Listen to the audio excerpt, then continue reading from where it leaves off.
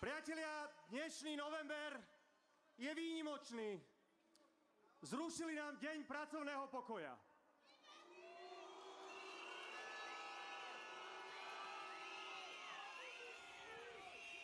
A to nie je o ekonomike, to nie je o šetrení.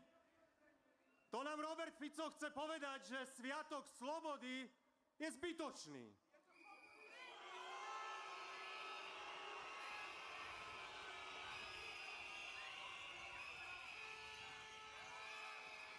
Chce nám povedať, že sloboda je zbytočná. A tá najlepšia odpoveď, priatelia, je plné námestie slobody.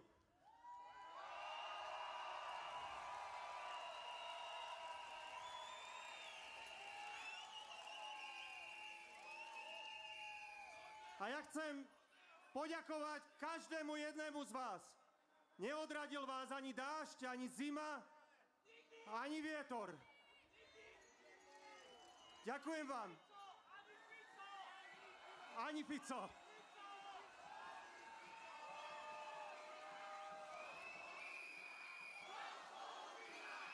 Dosť bolo Fica. Presne tak.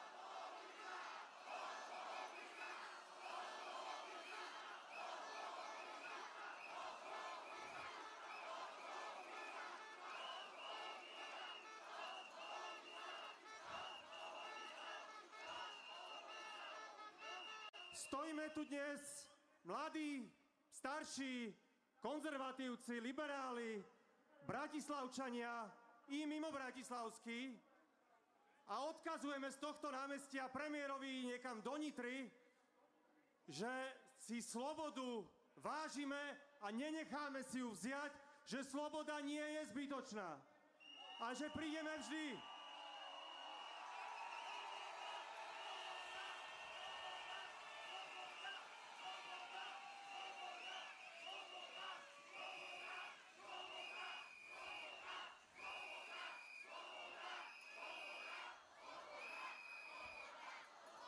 Pred 36 rokmi nám ľudia ako vy vybojovali možnosť žiť v demokracii, v Európe, bez ruských tankov.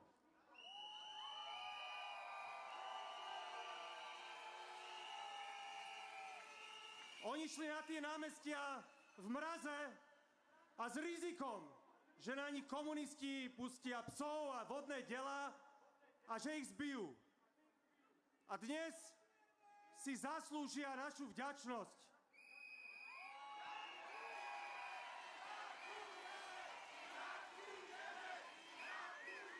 Ďakujeme.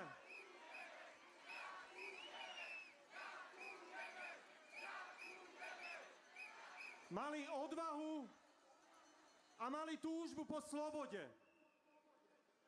To sú presne dve veci, dve hodnoty, ktorým komunisti nerozumeli. Tak, ako im dnes nerozumie Robert Fico. A preto prehrá presne, ako prehrali komunisti.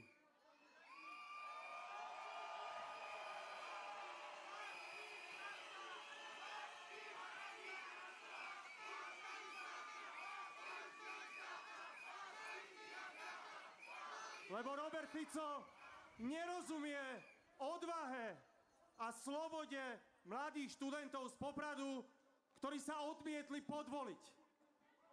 Povedali mu pravdu do očí a on si myslí, že ich zastraší, že ich umlčí alebo že ich zosmiešní. Ale takto to nefunguje, pán premiér. Takto to nefunguje, lebo túžba po slobode bude vždy silnejšia než arogancia moci.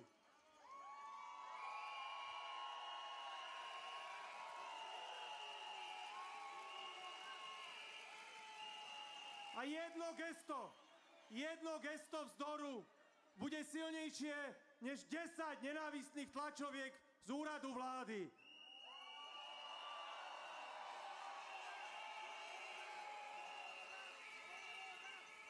A odkazy napísané kriedou budú silnejšie než všetky zmanipulované videjka Erika Kaliňáka.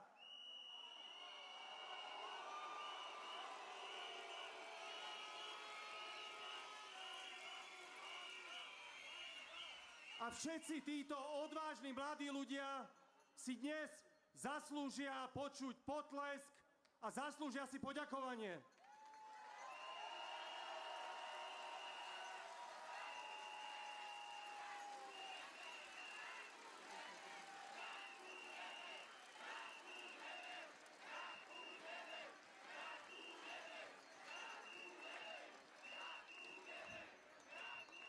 Nedávno sa jeden vládny politik, myslím, že to je ten, ktorý si zabudol alebo nemal čas pozrieť elektronickú schránku.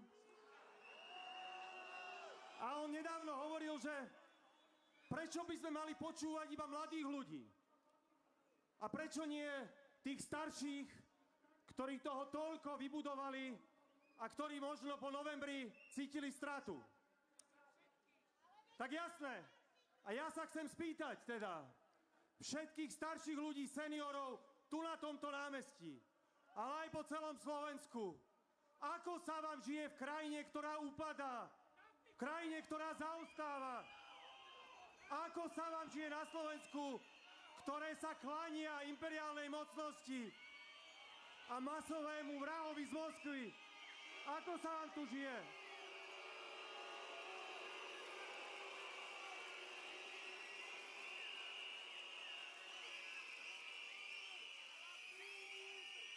A pýtam sa všetkých mladých aj starších ľudí, ako sa vám žije v krajine, kde ekonomika krachuje, kde ceny rastú, kde sa nám rozpadávajú nemocnice, zrážajú sa vlaky a kde sa v obchodoch kradne pomaly už aj maslo. Ako sa nám tu žije?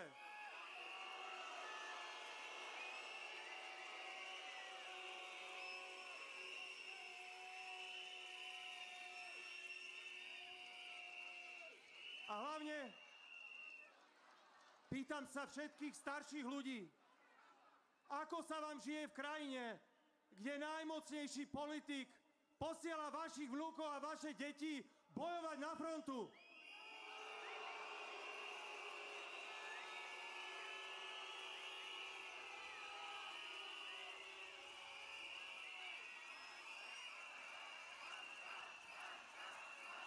Hanba! Hanba!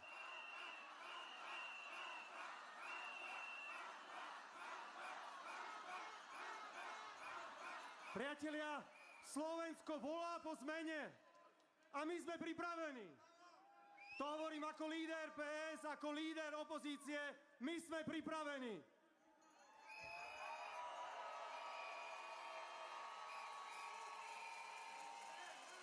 A ja si veľmi vážim spoluprácu našich partnerov, SAS, KDH, demokratov a ja osobne mám jedinú ambíciu poraziť vo voľbách Roberta Fica a postaviť lepšiu vládu pre Slovensko.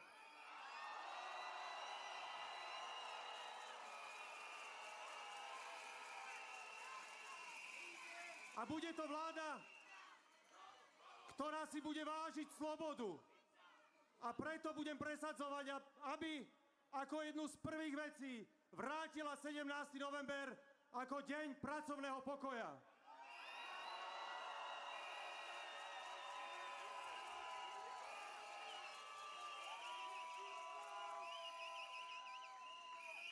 A my vieme, že Fico a Smeráci sa nás budú snažiť rozdeliť. Budú chcieť vraziť klin medzi konzervatívcov a liberálov, medzi starších a mladších, medzi obyvateľov miest a obyvateľov obcí. A my musíme zostať jednotní od teraz až do volieb. Presne ako v novembri. V jednote je sila, priatelia. Musíme zostať jednotní.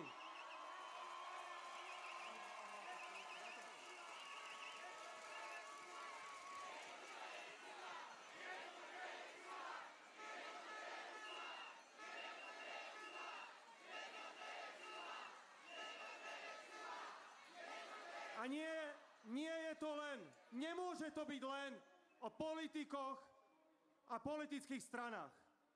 Musí to byť o odvahe a vytrvalosti všetkých nás, ktorí túžime po slobode a túžime po lepšom Slovensku. A dnes je vás tu 50 000.